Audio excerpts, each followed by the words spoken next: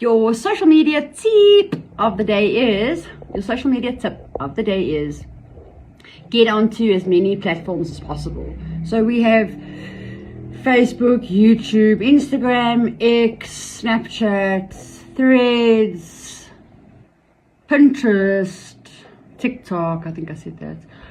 There's a lot. So the best, I believe, is to be on as many of them as possible. Because why? Number one, if any massive drastic changes happen within the market and one of those companies closed down and you've only invested all your time into, say, Facebook, and then Facebook just shuts down, or Facebook just shuts your account down, and it takes a bit of time to get back up and running. Do you have a website? Are you on Instagram? Are you still able to be found on the net if they drop you off any of these? There's your tip. Be on many as possible.